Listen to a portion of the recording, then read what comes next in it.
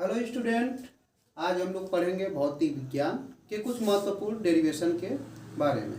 तो हम लोग जानते हैं कि जो बोर्ड के एग्जाम में कुछ महत्वपूर्ण प्रश्न आए हुए हैं उस पर चर्चा करेंगे। आप लोगों का पहला प्रश्न है आज का, वैद्युत द्विध्रुव किसे कहते हैं? वैद्युत द्विध्रुव की अच्छी दिशा में वैद्युत क्षेत्र की तीव्रता का व्यंजक प्राप्त कीजिए। तो सबसे पहले हम लोग जानेंगे वैद्युत द्विध्रुव होता क्या है। देखिए, वैद्युत द्विध्रुव की परिभाषा हम लोग कैसे देंगे? किसी एक आवेश तथा दोनों आवेशों के बीच अल्पतम दूरी। देखिए यहाँ पर क्या है, एक आवेश है और एक यहाँ पर आवेश है। दोनों विपरीत प्रकार के आवेश होते हैं और इनके बीच की जो अल्पतम दूरी होती है वह 2l होती है। तो इसका परिभाषा हम लोग वैद्युत द्विध्रुव आघूर्ण का कैसे परिभाषा देंगे? किसी एक आवेश तथा दोनों आवेशों के मध्य की अल्पतम दूरी तथा एक आवेश और उनके मध्य के अल्पतम दूरी के गुणनफल को वैद्युत द्विध्रुव कहते हैं। इसे देखिए, वैद्युत द्विध्रुव को हम लोग स्मॉल p से व्यक्त करते हैं। किससे व्यक्त करते हैं? स्मॉल p से व्यक्त करते हैं और p इक्वल टू क्या होता है? 2ql होता है। तो परिभाषा के अनुसार हम लोग पढ़े हैं, किसी एक आवेश तथा दोनों आवेशों के मध्य अल्पतम दूरी का गुणनफल क्या कहलाता है? वैद्युत द्विध्रुव कहलाता है। तो इस प्रकार से p इक्वल टू कितना प्राप्त कर लिए? 2ql प्राप्त कर लिए।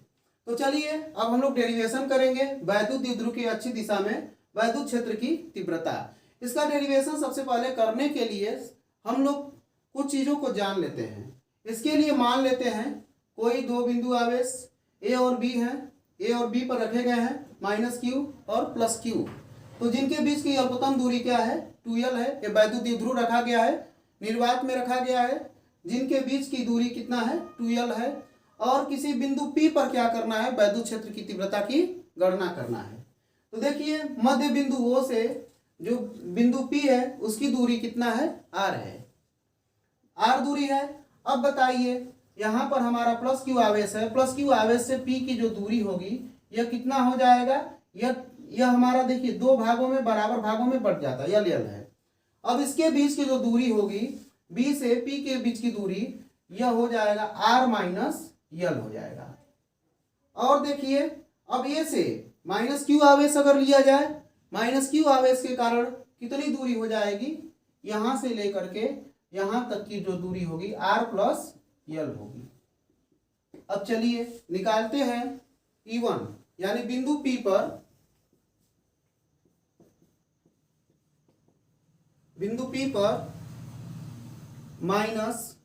-q आवेश के कारण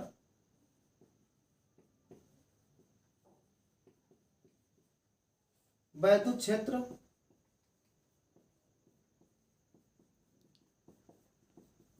E1 इक्वल टू, अब क्या करेंगे?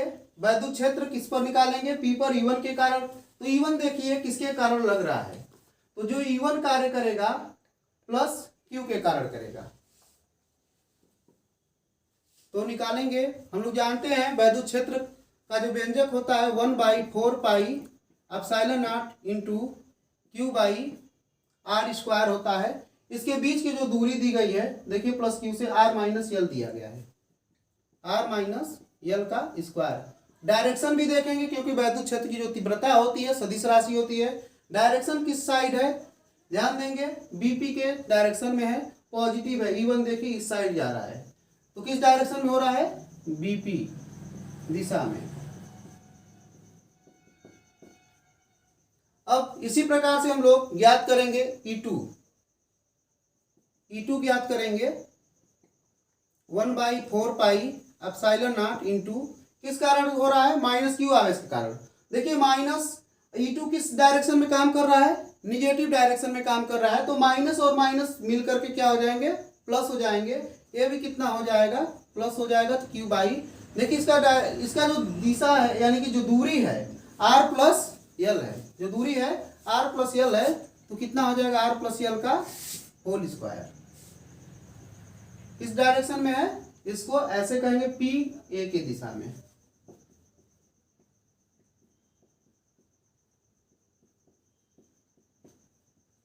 आइए अब निकालते हैं बिंदु P पर परिणामी वैद्युत क्षेत्र की तीव्रता। इसलिए बिंदु P पर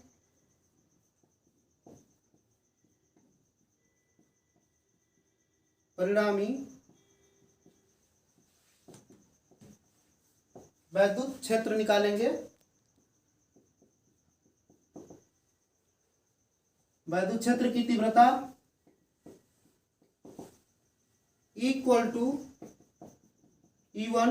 देखिए E1 प्लस दिशा में जा रहा है, धन दिशा में, और E2 ऋण दिशा में जा रहा है। इस प्रकार से P पर परिणामी वैद्युत क्षेत्र जो होगा E1 माइनस E2 हो जाएगा। कितना हो जाएगा? E1 minus E2। अब देखिए E1 और E2 हम लोग प्राप्त किए हैं, इसके प्लेस पर रखेंगे तो E इक्वल टू आ जाएगा 1/4 pi epsilon naught into Q by R minus L का होल स्क्वायर माइनस E2 का वैल्यू सेम यही 1/4 pi epsilon naught into Q by R plus L का होल स्क्वायर। तो परिणामी वैद्युत क्षेत्र कितना हो गया? अब देखिए क्या करते हैं, कॉमन जो मिलेगा उसको कॉमन करा लेंगे। Equal to 1/4 pi epsilon naught, Q भी कॉमन ले सकते हैं तो 1 कितना बचेगा R माइनस L का whole square minus 1/R plus L का होल स्क्वायर। तो अब देखिए इसका हम लोग क्रॉस मल्टीप्लाई कराएंगे, एलसीएम हो जाएगा equal to Q/4 pi epsilon naught 1 minus 1 cross multiply कराएंगे R प्लस L का होल स्क्वायर, और इधर हो जाएगा R माइनस L का होल स्क्वायर। अब यहाँ पर देखिए एलसीएम टाइप होगा R माइनस L का whole square into R plus L का होल स्क्वायर। अब चलिए देखते हैं इधर, तो इक्वल टू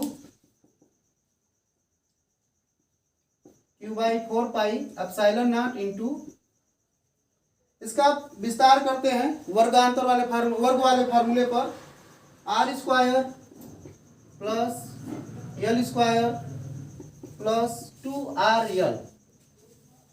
अब इसका भी हम लोग विस्तार करेंगे तो कितना हो जाएगा, माइनस ब्रैकेट्स को तोड़ते हुए हम लोग करेंगे, minus R square minus L square, और फिर माइनस देखिए माइनस 2RL होगा तो माइनस माइनस क्या हो जाएगा, प्लस हो जाएगा, प्लस 2RL हो जाएगा।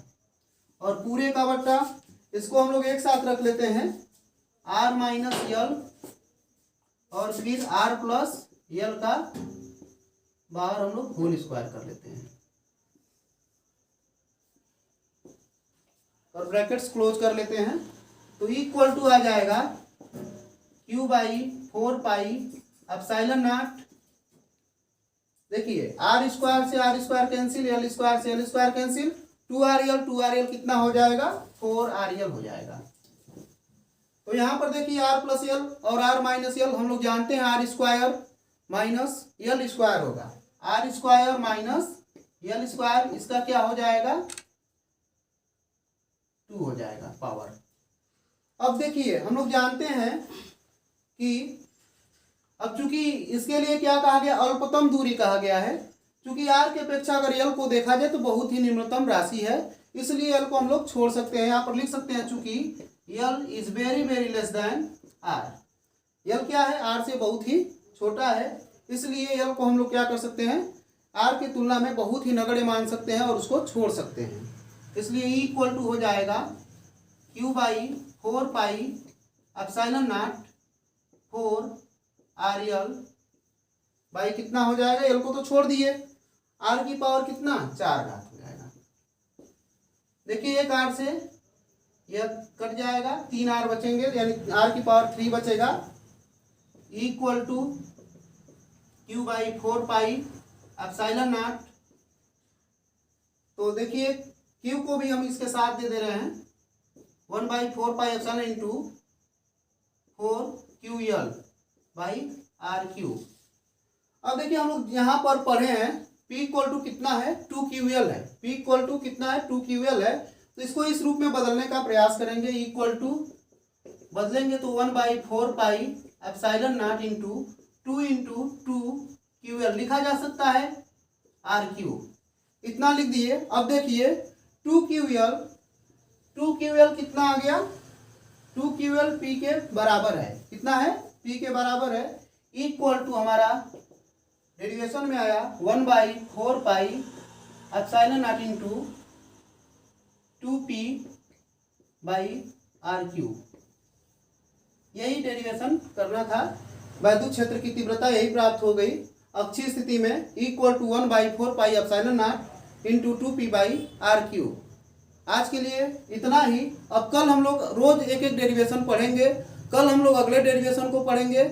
आज के लिए इतना आप लोग तैयार करिएगा, जो कि बोर्ड के एग्जाम के लिए बहुत ही महत्वपूर्ण है।